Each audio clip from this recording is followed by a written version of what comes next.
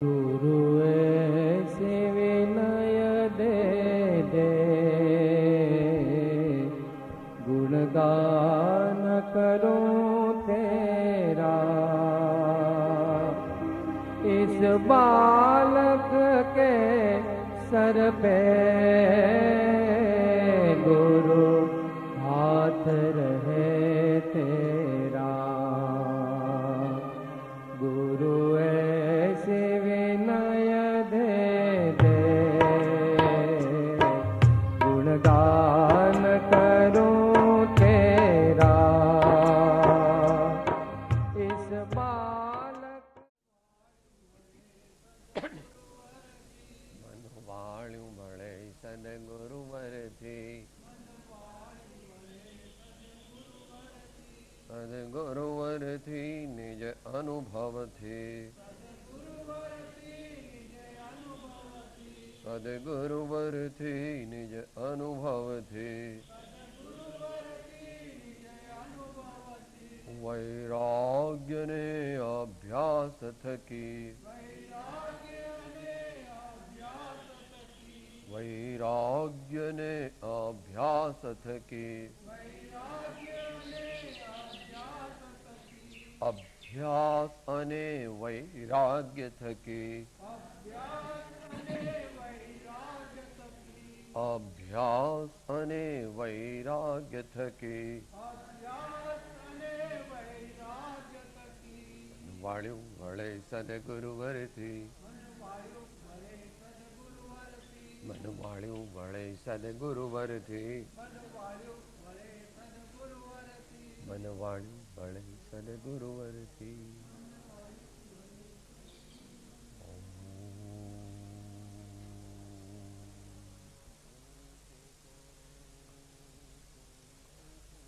મોક્ષ માર્ગસ્ય નેતારમ ભેતારમ કર્મ બુભૃતામ જ્ઞાતારમ વિશ્વતત્વાનામ વંદે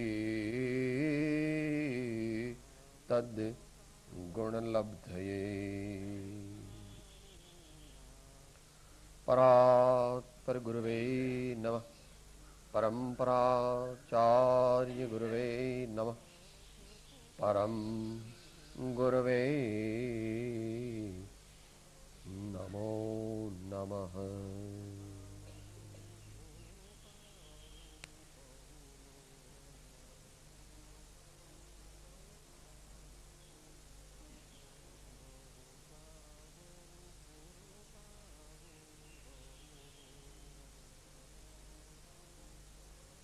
મારા જીવનમાં સાચી સમજણ કેવી રીતે પ્રગટે?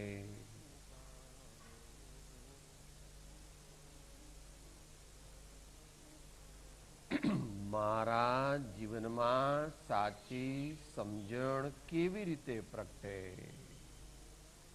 આ સાધકનો અભિગમ છે.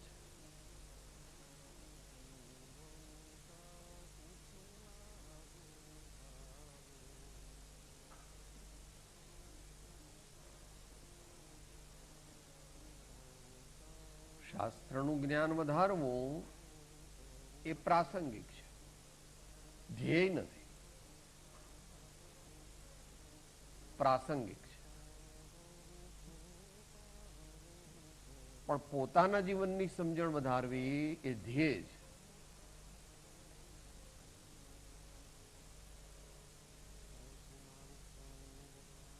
તો શાસ્ત્ર વાંચન અને શાસ્ત્ર અભ્યાસ એ સાધન છે, અને પોતાના ભાવોમાં તેનું પરિણમન થવું એટલે કે પોતાના જીવનમાં, ભાવ એટલે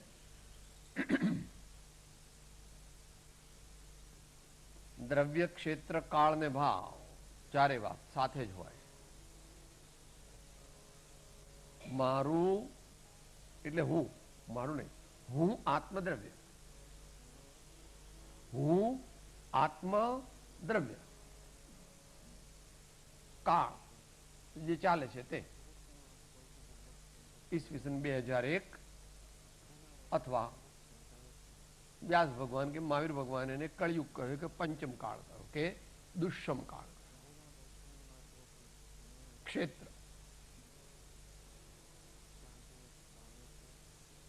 શરીરમાં રહું છું તે નજીકનું ક્ષેત્ર, પણ શરીર જ્યાં રહે છે ત્યાં જ મારે રહેવું પડે અત્યારે. એટલે ઘરમાં, ઓફિસમાં, હોસ્પિટલમાં, બેંકમાં, આશ્રમમાં, સાધના કેન્દ્રમાં, તીર્થમાં, ગુરુઓના સમાગમમાં કે સંઘમાં એક ક્ષેત્ર. અને ભાવ,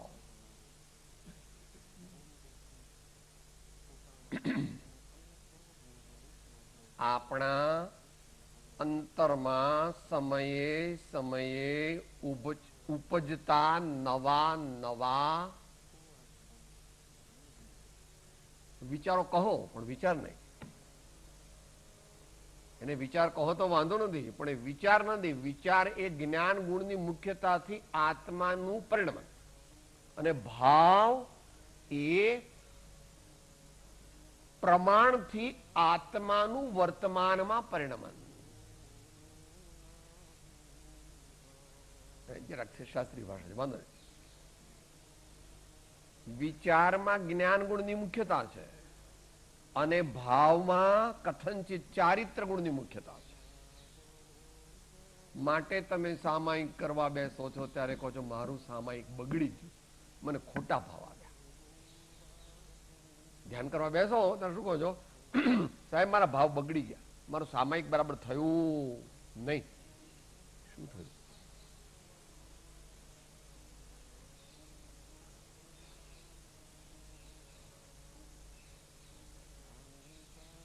આમ એનું વર્ણન ભગવત કુંદકુંદ સ્વામીએ 8મી ગાથામાં પ્રવચન સારમાં કહ્યું.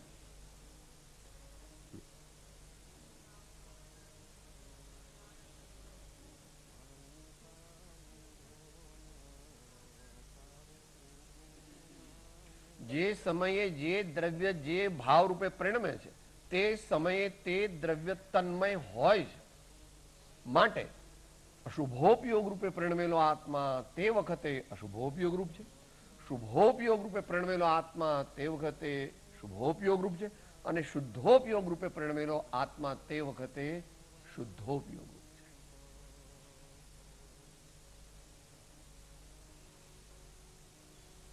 આ વાતની સહેજ ડાયલિટેશન કરવાની જરૂર છે, જો કે વિષય નથી તો પણ, કારણ કે જ્ઞાનનો વિષય ચાલે છે એટલે પોતાના ભાવ સુધારવા, પોતાનું જ્ઞાન સુધારવું. જ્ઞાન અને ભાવ કથનચિત એક છે, પણ જ્ઞાન અને ભાવ કથનચિત જુદા છે. કારણ જ્ઞાન એ જ્ઞાન ગુણની પર્યાય છે અને ભાવ તે આખા આત્માની વર્તમાન પર્યાય છે. ભલે બધા જાણે ન જાણે, સમજણ પડે ન પડે, પણ આપણે જરાક અત્યારે આનું પ્રયોજન છે એટલા માટે. કોઈ કે સાહેબ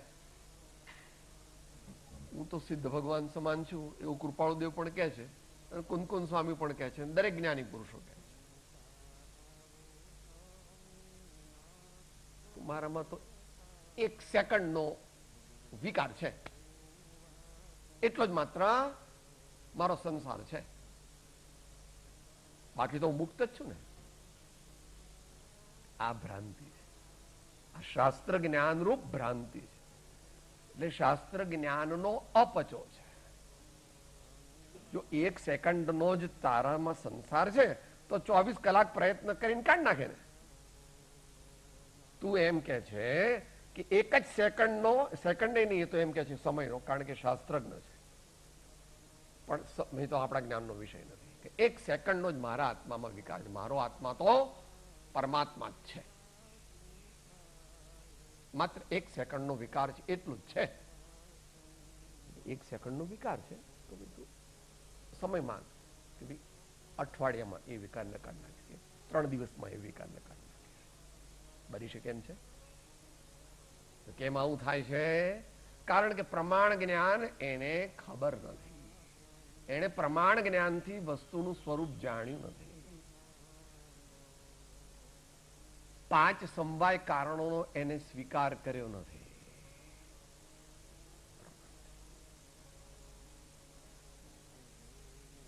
સંસ્કાર રૂપી અસત વાસનાના દીર્ઘકાલીન કુસંસ્કારો અને તેના પ્રભાવની તેને ખબર નથી. તેણે કોઈ દિવસ પોતાના જીવનના અંતરના ભાવોને સુધારવાનો પ્રામાણિક અને પ્રબુદ્ધ પ્રયત્ન જ કર્યો નથી.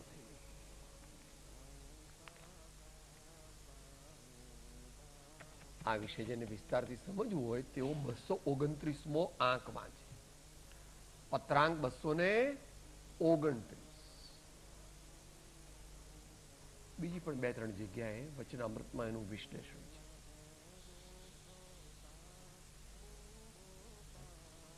તું સામાયિક કરવા બેઠો છું, ખરેખર સામાયિક કરવા બેઠો છું, પણ સામાયિકમાં થવા યોગ્ય શુભ ભાવો પણ તને 2-4 મિનિટ થતા નથી.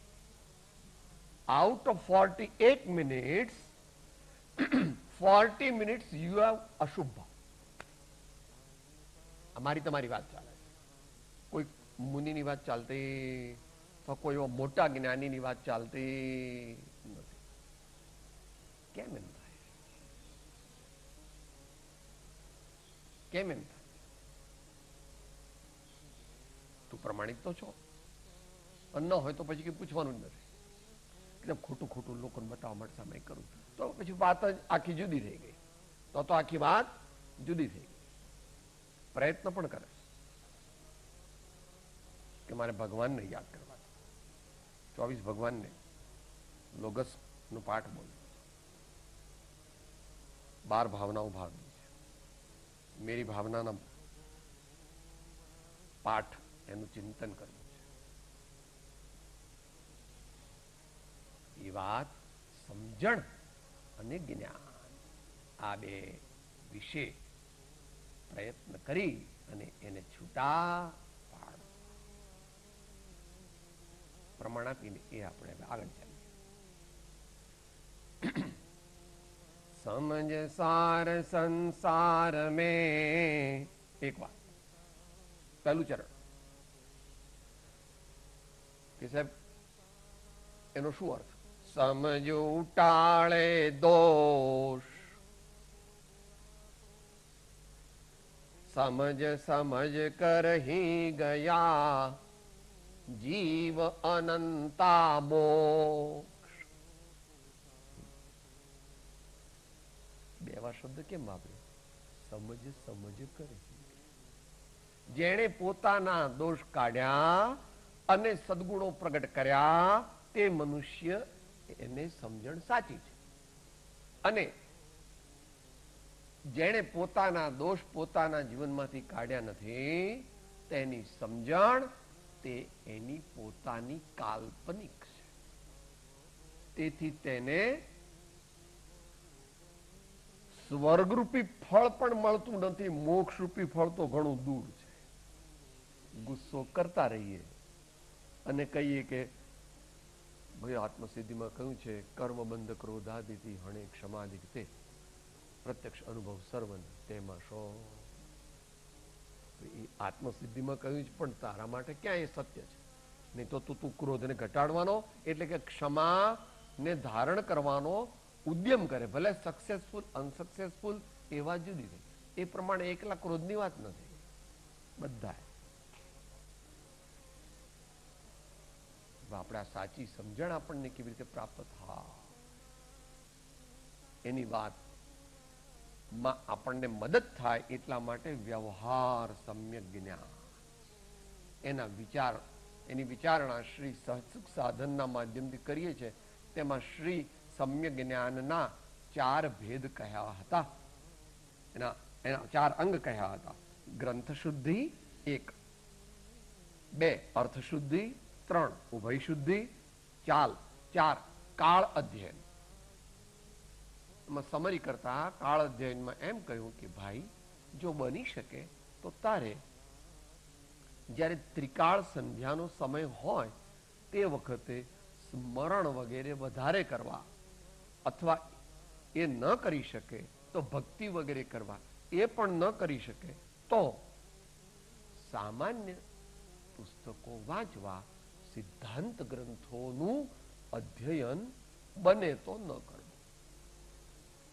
કે બને તો એમ કેમ કહો છો? કારણ કે એ બાબતમાં મતભેદ છે. આમનાઈમાં પણ મતભેદ છે અને મૂળ આગમમાં પણ મતભેદ છે. કારણ કે અત્યારે જેને અંગનું જ્ઞાન કે છે એ અંગનું જ્ઞાન અમુક આમનાઈ પ્રમાણે છે જ નહીં. એટલે અત્યારે જો શાસ્ત્રીય દ્રષ્ટિએ વિચાર કરીએ, શાસ્ત્રીય એટલે ત્રિકાળ શાસ્ત્રીય દ્રષ્ટિએ, તો અત્યારે કોઈ સિદ્ધાંત જ્ઞાન છે જ નહીં. જે અત્યારે ઉપલબ્ધ છે તે જો કે આપણા માટે પૂરતું છે, પણ એ બનાવેલું કોનું છે?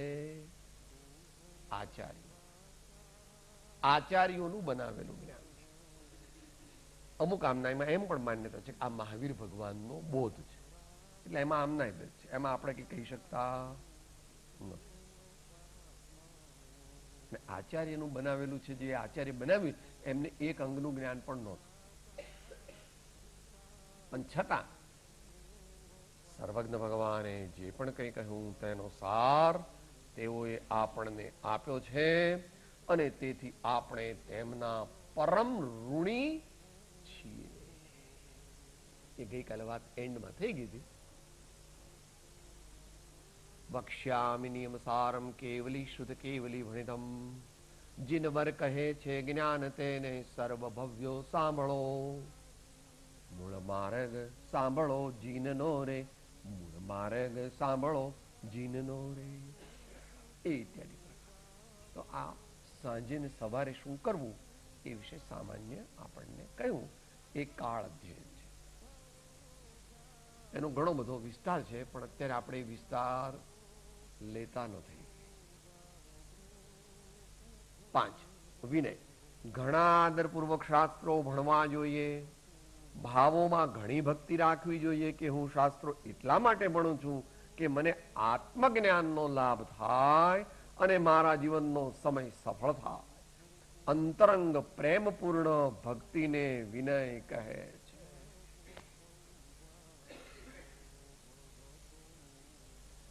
બધાય ગુણોનો રાજા આવી, બધાય ગુણોનો રાજા.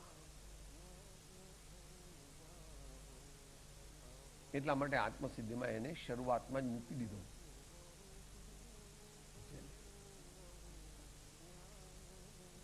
પીઠિકા કહે છે. પહેલી 23 ગાથામાં પીઠિકા છે. એ પીઠિકામાં જ કહી દીધું કે એવો માર્ગ વિનય તણો ભાખ્યો શ્રી વિતરાગ, મૂળ હેતુ તે માર્ગનો સમજે કોઈ સુભાગ્ય વગેરે એનો વિસ્તાર કરે. આચાર્ય જ્ઞાની ભગવંતોએ તો એનું કથન તો કર્યું, પણ એનો પ્રયોગ જ કરી દીધો. ધારો કે સમયસાર લખાવ્યું, કે પ્રવચનસાર લખાવ્યું, કે તત્પર સૂત્ર લખાવ્યું, કે ઉત્તરાધ્યન સૂત્ર લખાવ્યું, કે રત્નકરણ શાવકાચાર લખાવ્યું, તો પહેલા શ્લોકોમાં શું છે? નમઃ શ્રી વર્ધમાનાય નિર્ધુત કલિલાત્મને સાલોકાનામ ત્રિલોકાનામ યદ વિદ્યા દર્પણાયતે એષ સુરાસુર મનુષ્યેન્દ્ર વંદિતમ ધૌતઘાતિ કર્મમલમ પ્રણમામિ વર્ધમાનમ તીર્થમ ધર્મસ્ય કર્તારમ.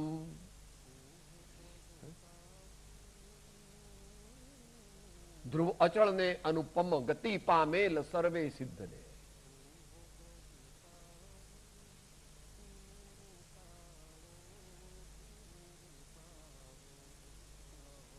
હું કહીશ આ સમયે પ્રાવૃત અહો શ્રુત કેવળી કથિત. વિનય બંદી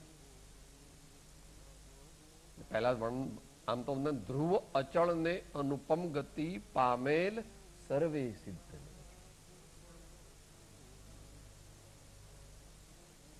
વિનય ગુણ એમનામાં હતો કે નહીં સાહેબ? શીખવો પડે આપણે. એમના વિનય ગુણની ને સમજવો એ આપણી કક્ષાની બહાર છે. કૃપાળુદેવે 254માં એની પરાકાષ્ઠા લીધી છે.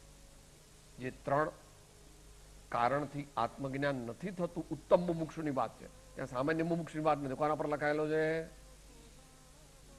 ત્રિભુવનભાઈ ને અંબાલાલભાઈ ઉપર. કોઈ સામાન્ય મુમુક્ષુ પર લખાયેલો નથી. કોઈ સામાન્ય મુમુક્ષુઓ પર લખાયેલો એ કેટેગરીના મુમુક્ષુઓ પર લખાયેલો. એમાં પણ કહે છે કે પરમ વિનયની ઓછાઈ. અને પાછા કન્ક્લુઝનમાં પણ કહે છે કે જો તમે પરમ વિનયની ઓછાઈ તમે કરી છે, પણ એ જો હજુ વધારે કરો તો બાકીના બે કારણો રેક્ટિફાઈ થઈ જશે. યાદ આવી ગયું બધાને ભાઈ?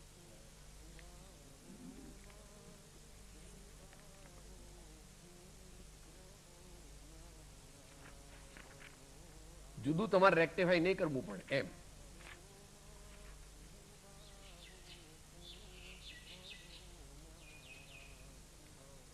આ ત્રણેય કારણો ઘણું કરીને અમને મળેલા ઘણા ખરા મુમુક્ષુમાં અમે જોયા છે. પહેલા જનરલ સ્ટેટમેન્ટ કર્યો, સ્પેસિફિક કરે છે. માત્ર બીજા કારણની કંઈક ન્યૂનતા કોઈ વિશે જોઈ છે, અને જો તેઓમાં સર્વ પ્રકારે પરમ દૈન્યતાની ખામીની ન્યૂનતા થવાનું પ્રયત્ન હોય તો યોગ્ય થાય એમ જાણીએ છીએ. કન્ક્લુઝન: પરમ દૈન્યપણું એ ત્રણેયમાં બળવાન સાધન છે, અને એ ત્રણેયનું બીજ મહાત્માને વિશે પરમ પ્રેમાર્પણ એ છે.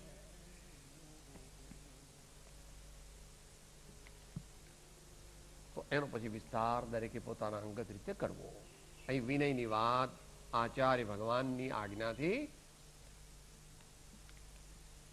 લેખક શ્રી આપણને જણાવે છે. જેમ પરમાત્માની ભક્તિ કરીએ છીએ, જેમ શ્રી સદગુરુદેવની ભક્તિ કરીએ છીએ, તે પ્રમાણે શ્રી સતશ્રુતની ભક્તિ પણ કરવી જોઈએ. પૂજા પણ કરીએ છીએ, પણ એ પૂજા વખતે પૂજા નહીં.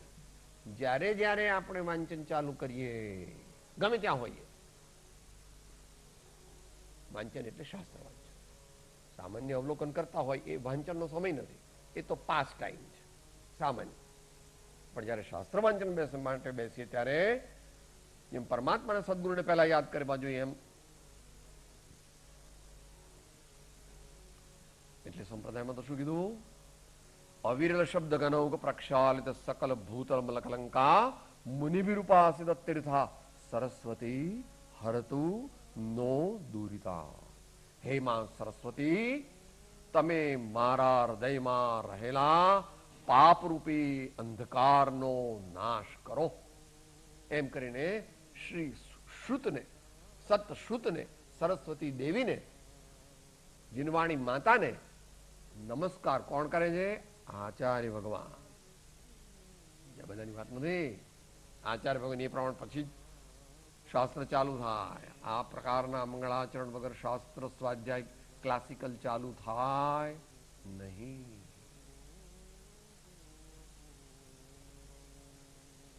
ભાવોમાં ઘણી ભક્તિ રાખવી જોઈએ, શબ્દોમાં નહીં. એકલા શબ્દોમાં રાખવી જોઈએ, પણ શબ્દો ઉપરાંત કે હું શાસ્ત્રો એટલા માટે ભણું છું કે મને આત્મજ્ઞાનનો લાભ થાય.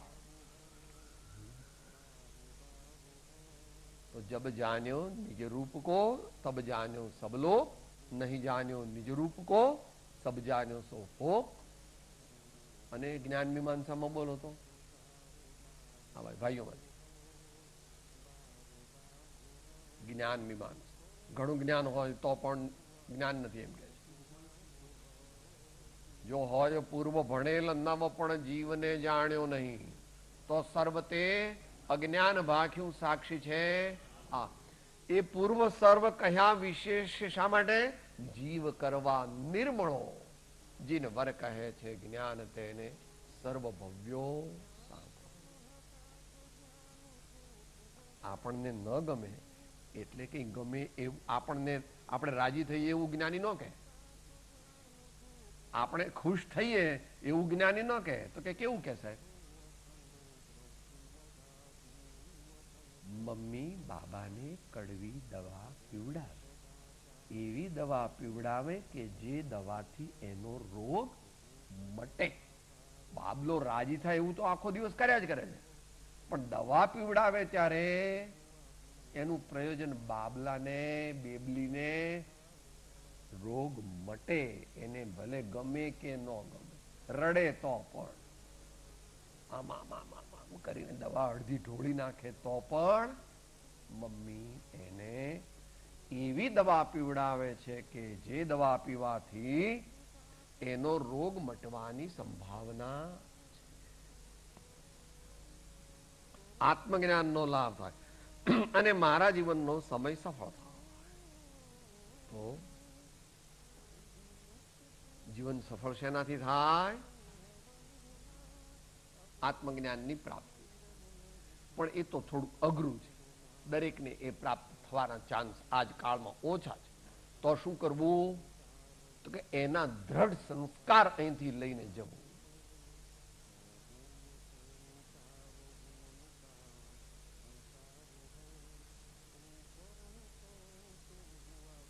વર્ષો સુધી, દાયકાઓ સુધી પરમાત્માની ભક્તિ, સદગુરુની ભક્તિ, સત્શાસ્ત્રોની ભક્તિ અને હે જ્ઞેય અને ઉપાદેય એનો યથા યોગ્ય અભ્યાસ, છોડવા યોગ્ય ભાવો તે છોડવા, આદરવા યોગ્ય ભાવો એને ખૂબ ઉલ્લાસ અને વીર્યપૂર્વક આદરવા, અને જ્ઞેય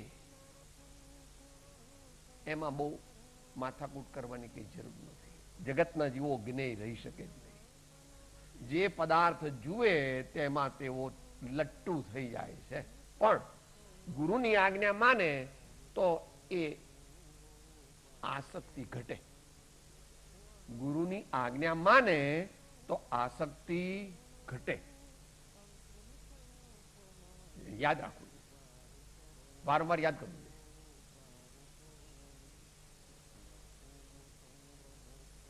મારા કપડા કેવા છે, મારી તબિયત કેવી છે, મારી મૂછો કેવી છે, મારો બંગલો કેવો છે, એમ અંદરમાં જે થયા કરે કે ભાઈ એ તો પુણ્ય પાપ પ્રમાણે છે.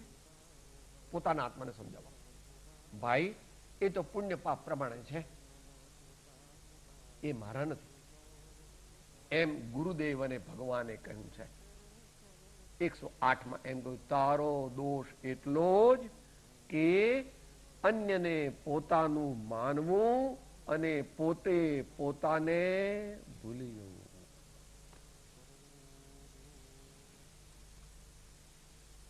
સમય વર્તે સાવધાન. માતાઓ જયારે એમ કે આ મોટો દીકરો, આ નાનો, તે વખતે એમ ધ્યાન રાખવું. તે વખતે તેઓ તરત ધ્યાન રાખવું. અથવા જયારે પેલો સાડીઓ દેખાડે વેપારી, આ મને બહુ જ ગમે છે, આ મને બહુ જ, તે જ વખત વિચાર કે શું છે આ સાડી, એ શું છે? ભાઈઓ, આ તો અહીંયા તો સાહેબ નાની ફેક્ટરી કરી છે. અમારી મેઇન ફેક્ટરી આવતો દિલ્હીમાં જોવા માટે, નોઈડામાં મેઇન ફેક્ટરી. વિચાર, ફેક્ટરી શું છે? વસ્તુ અને હે છે, જ્ઞેય છે કે ઉપાદેય છે, એ પ્રત્યેનો રાગ. વસ્તુ કોઈ હે પણ નથી, જ્ઞેય પણ નથી. પણ જ્યાં સુધી પર વસ્તુ જોઈ અને તેના પ્રત્યે ગમો અણગમો થઈ જાય છે, એટલે આપણને બદન થઈ જાય છે. ત્યાં સુધી શું કરવું એ 636માં કહ્યું છે તે પ્રયોગ કરવો. 636માં એનો પ્રયોગની વિધિ કહી. એટલા માટે સત્સંગનો મહિમા છે. એટલા માટે સંપ્રદાયમાં દીક્ષા આપવામાં આવે છે. એટલા માટે અમુક નિયમ આપવામાં આવે છે. એટલા માટે અમુક તીર્થ કે એવા એકાંત નિવૃત્તિ ક્ષેત્રમાં સાધના કરવાનો નિયમ આપવામાં આવે છે. એટલાથી કઈ કામ ન થઈ જાય, એ ઉપયોગી કારણ છે. કારણ કે ચારે વસ્તુ, ક્ષેત્ર ઉપકારી છે. પણ ક્ષેત્રમાં રહેવા માત્રથી સિદ્ધિ ન થાય. તો ક્ષેત્રમાં પણ સાવધાની રાખવી.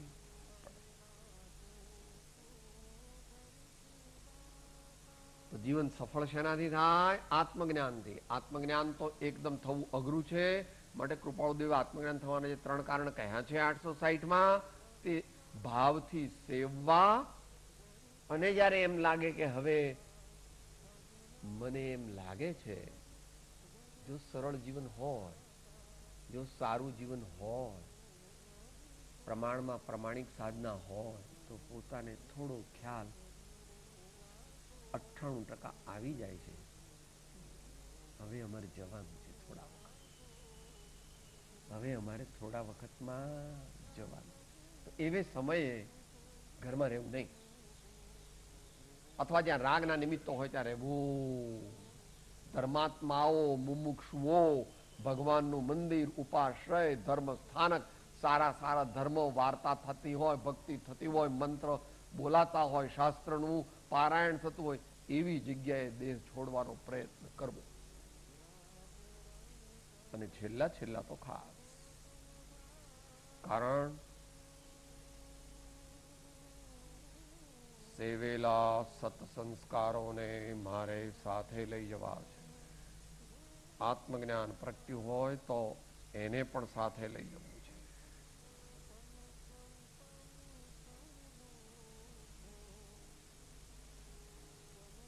દ્રવ્ય સંગ્રહમાં ની ટીકામાં બ્રહ્મદેવ સુરી મહારાજે,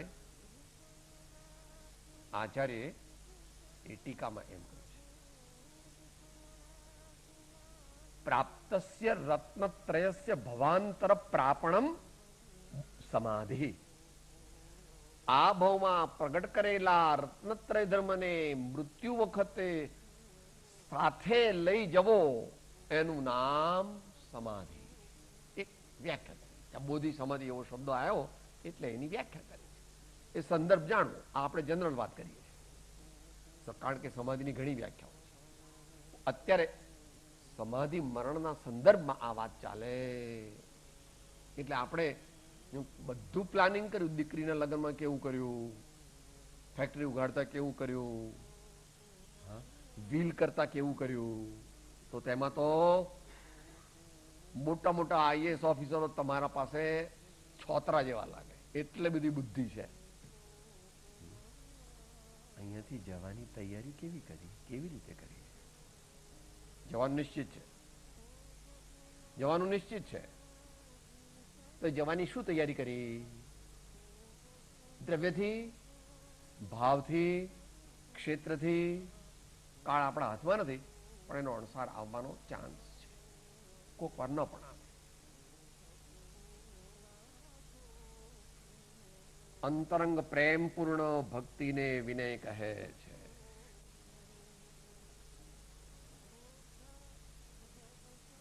એવું વાણીનો વિષય નથી. પ્રેમ એ વાણીનો વિષય નથી, અનુભવનો વિષય.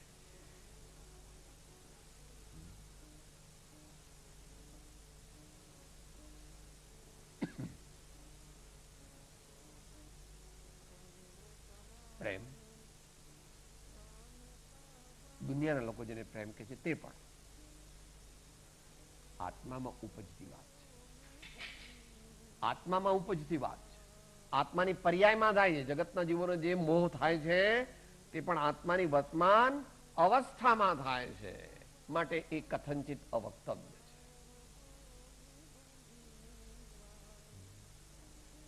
છતાં જ્ઞાની ભગવંત તો એટલે મહાન આચાર્યોએ અને યોગીશ્વરોએ એને ગાયો છે. બે દર્શન લઈને આપણે નેક્સ્ટ 6th. એક અરજ સેવક તણી રે અવધારો જીન દેવ, કૃપા કરી મુજ દીજીએ રે આનંદ ઘન પદ સેવ વિમળ જીન દીઠા લોયણ આ. મહાન યોગીશ્વર આનંદજી ભગવાનને પાસે આ વસ્તુ માને છે.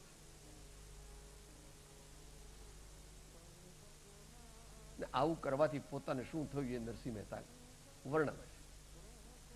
ભણ નરસૈયો પ્રભુને ભજતા, ભણ નરસૈયો પ્રભુને ભજતા ભવ ભય ભ્રમણા સઘળી ટળી મારી ભવ ભય ભ્રમણા સઘળી ટળી મને હરિ ભજવાની ટેવ પડી મને પ્રભુ ગુણ ગાવાની ટેવ પડી મને પ્રભુ ભજનની પ્રભુ ભક્તિની ટેવ પડી.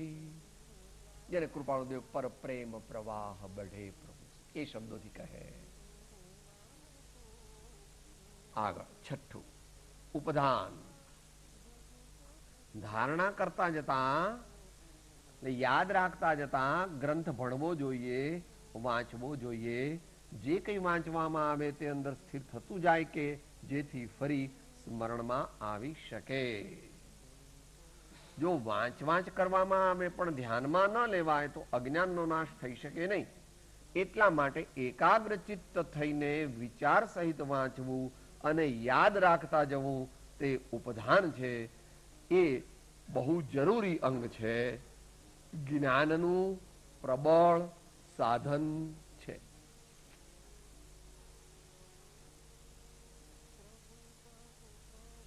આ મુખ્ય અર્થ કીધો છે કારણ કે અધ્યાત્મ શૈલીથી લખાયેલું આ શાસ્ત્ર છે. અન્યત્ર એવું પણ વાંચવામાં આવ્યું છે કે આહાર વિહાર નિહાર આદિના નિયમ સહિત સંયમ પૂર્વક શાસ્ત્ર અધ્યયન કરીએ એને ઉપધાન કહેવામાં આવે.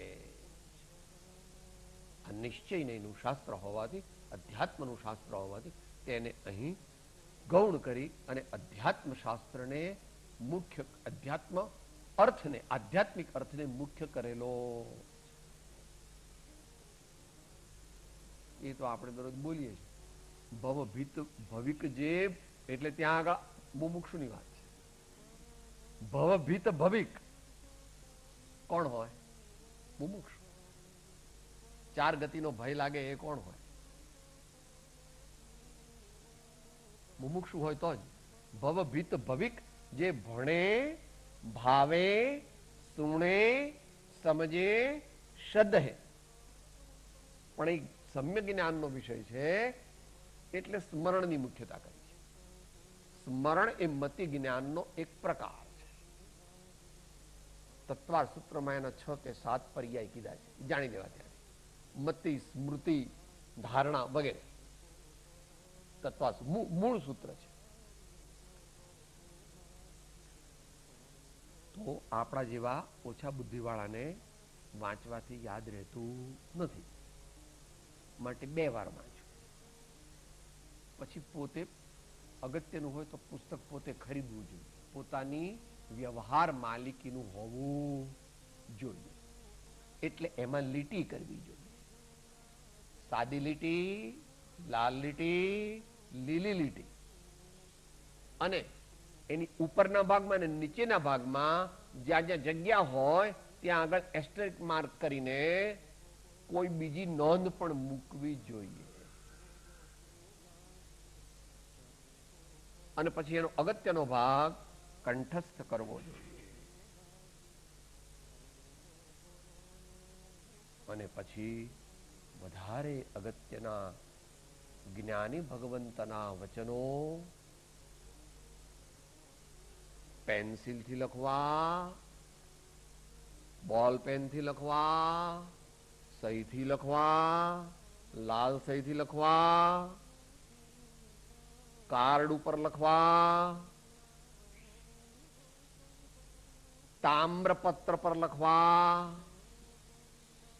ચાંદીના પત્રા પર લખવા, સુવર્ણના પત્ર પર લખવા અને હૃદયના આરસમાં કોતરવા. હૃદયના આરસમાં એનો ભાવાર્થ કોતરવો. તો સાથે ભવિષ્ય ભવાંતરમાં સાથે આવે. બહુ તમારો પ્રયત્ન ઓછો કરવો પડે. અહીંયા આપણે આ પરમાર્થ નમસ્કાર એમ કર્યું છે એટલે ધોળા રંગનો જે આરસ છે એને ધારો કે આપણે કાઢી લઈએ તો એ બધું કોતરેલું છે એટલે સાથે નીકળે, સાથે જ જાય, કોતરેલું છે. પણ જો માત્ર લખેલું હોય તો 10-20 વર્ષમાં વરસાદની, વેધરની બધી અસરને લીધે ભૂસાઈ જાય. આ ભૂસાય નહીં, રંગ ખલાસ થઈ જાય, રંગ ખલાસ થઈ જાય, પણ ભૂસાય નહીં. કેમ? કોતર્યું છે. એટલા માટે શબ્દ વાપરે છે સંધ્યાવંદન ને પ્રાતઃવંદનમાં. मेरा मस्तक आपके चरण कमल में, आपके चरण कमल मेरे हृदय कमल में अखंडपणे संस्थापित रहे, संस्थापित रहे. सत्पुरुषों का सत्स्वरूप मेरे चित्त स्मृति के पट पर टंकोत किरणवत सदोद जयवंत रहो, जयवंत रहो. આવું નથી. ટંકોત કિરણવત કોતરાય. કારણ કે ભવાંતરમાં સાથે ન લઈ જાય તો એની વેલ્યુ 20% જેટલી જ રહે. સાથે લઈ જાઓ. ત્યાં સ્વર્ગમાં ગમે તેટલા સુખ હોય તો ઠેર જાઓ, કુછ નહીં. આ વિશ્વમાં અત્યારે એવી સામગ્રી છે જ નહીં. નીચેના સ્વર્ગમાં હોય એવી પણ કોઈ સામગ્રી અત્યારે અહીંયા છે નહીં. લોસ એન્જલિસમાં પણ નથી, લંડનમાં પણ નથી, પેરિસમાં પણ નથી, મુંબઈમાં તો ક્યાંથી હોય? બાહ્ય સામગ્રી. ત્યાં આગળ જઈને જ્ઞાની શાંત અંદરમાં વિચાર કરે છે. બધા એના સહાયક દેવો, નોકરો, અનેક દેવીઓ બધું અનેક પ્રકારે વિનંતી કરે છે. ત્યારે કહે છે અંદરમાં પોતાના આત્માને, રજકણ કે રિદ્ધિ વૈમાનિક દેવની સર્વે માન્યા મેં પુદગલ એક સ્વભાવ જો. પછી માટે હું તમારી આસક્તિમાં નહીં આવી જઉં. હું તો પ્રભુની ભક્તિ કરીશ, તત્વ જ્ઞાન કરીશ. સ્વર્ગના ભોગ ભોગવવાની મારી શ્રદ્ધા નથી.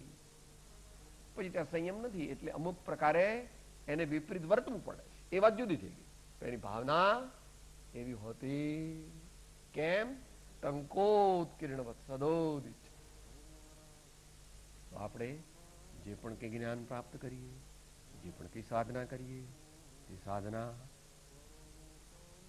ખૂબ જ કાળજીથી જીવનના દરેક પ્રસંગોમાં હાજર થાય, ઘડપણમાં વિશેષ હાજર થાય અને મૃત્યુ સમયે ખાસ હાજર થાય.